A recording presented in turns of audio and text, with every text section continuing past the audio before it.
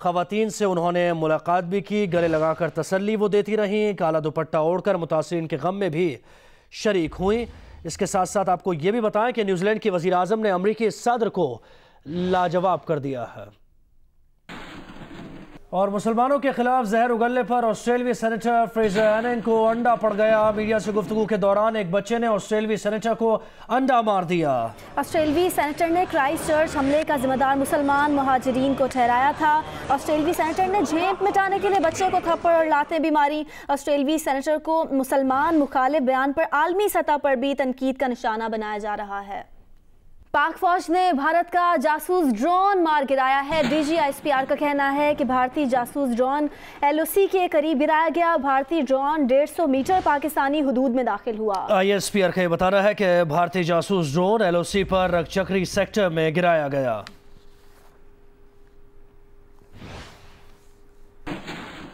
بھارت میں ہونے والی عالمی اردو کانفرنس میں پاکستانی ادیبوں کو شرکت سے روک دیا گیا۔ نئی دلی میں 18 سے 20 مارچ تک عالمی اردو کانفرنس کا انعقاد ہونا تھا۔ نئی دلی میں ہونے والی عالمی اردو کانفرنس میں 9 پاکستانی ادیبوں کو شرکت کرنا تھی۔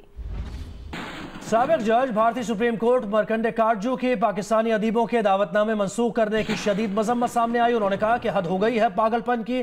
دعوت ناموں کی منسوخی اس اردو زبان کی توہین ہے جو بھارت میں پیدا ہوئی۔ انہوں نے کہا کہ اردو کو مسلمانوں کی زبان کہنا متعصب لوگوں کا جھوٹ ہے۔ مرکنڈے کارجو نے یہ بھی کہا کہ دعوت نامے منسوخ کرنے کے خلاف بھارتی ادیب بھی اس کانفرنس کا بائیکاٹ کریں۔ اردو کانفرنس 18 سے 20 مارچ تک نئی دلی میں ہونی تھی۔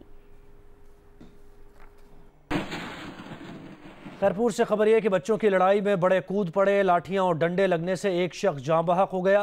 پولیس نے مقدمہ درج کر لیا تاہم کوئی گرفتاری عمل میں نہیں آئی۔ پولیس کے مطابق گزشتہ روز ٹھیڑی میں ہمسائے کے بچے معمولی تکرار کے بعد آپس میں لڑ پڑے اور اس کے بعد ایک شخص کی جان چلی گئی۔ ورلڈ ساکر سٹار ٹورنامنٹ کے سلسلے میں Spanish footballer Carlos Puyol Karachi پہنچ گئے ہیں۔ جنگ گروپ اور ٹرانس گروپ کے درمیان آفیشل دستخط کی تقریب مقامی ہوٹل میں منعقد کی گئی۔ معاہدے کے تحت Jang group world soccer stars کا آفیشل میڈیا پارٹنر بن گیا۔ اسپین کے legendary footballer Carlos Puyol Pakistan پہنچ گئے۔ Carlos Puyol world soccer stars matches کی تشہیر کے لیے کراچی پہنچے ہیں۔ وہ 27 اپریل کو ہونے والے میچ کی ٹکٹ سیل کا بھی افتتاح کریں گے۔ کراچی پہنچنے کے بعد پیول نے سب سے پہلے کراچی کی مشہور بریانی کے مزے لیے۔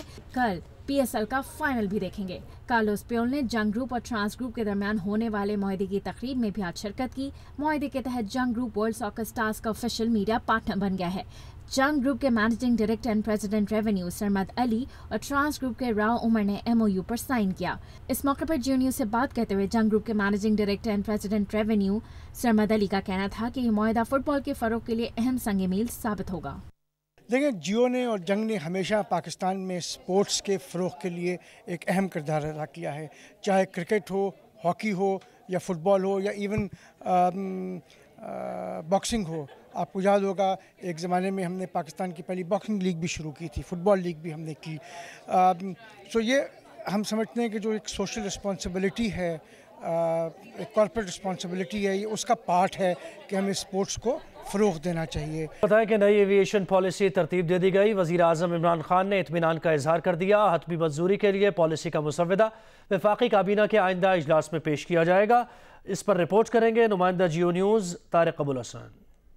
وزیر اعظم عمران خان کو نئی ایویشن پالیسی پر سیکریٹری ایویشن شاہ رخ نصرت نے جمعہ کو بریفنگ دی۔ وفاقی وزیر ہوابازی محمد میاں سومرو، وفاقی وزیر اطلاعات فواد چودھری اور معاون خصوصی نعیم الحق بھی اجلاس میں موجود تھے۔ سیکریٹری ایویشن نے نئی ایویشن پالیسی کے خاص نکات سے متعلق بتایا کہ کمرشل ایئر لائنز اور جنرل ایویشن کے لائسنس کی میعاد 1 سال سے بڑھا کر 2 سال، جبکہ پائلٹ اور کیبن کرو کے لائسنس کی میعاد 1 سال سے بڑھا کر 5 سال کرنے کی تجویز ہے۔ کمرشل ایئر لائنز کے لیے لائسنس کی ایک نئی قسم tourism promotion and regional integration licence متعارف کرائی جا رہی ہے۔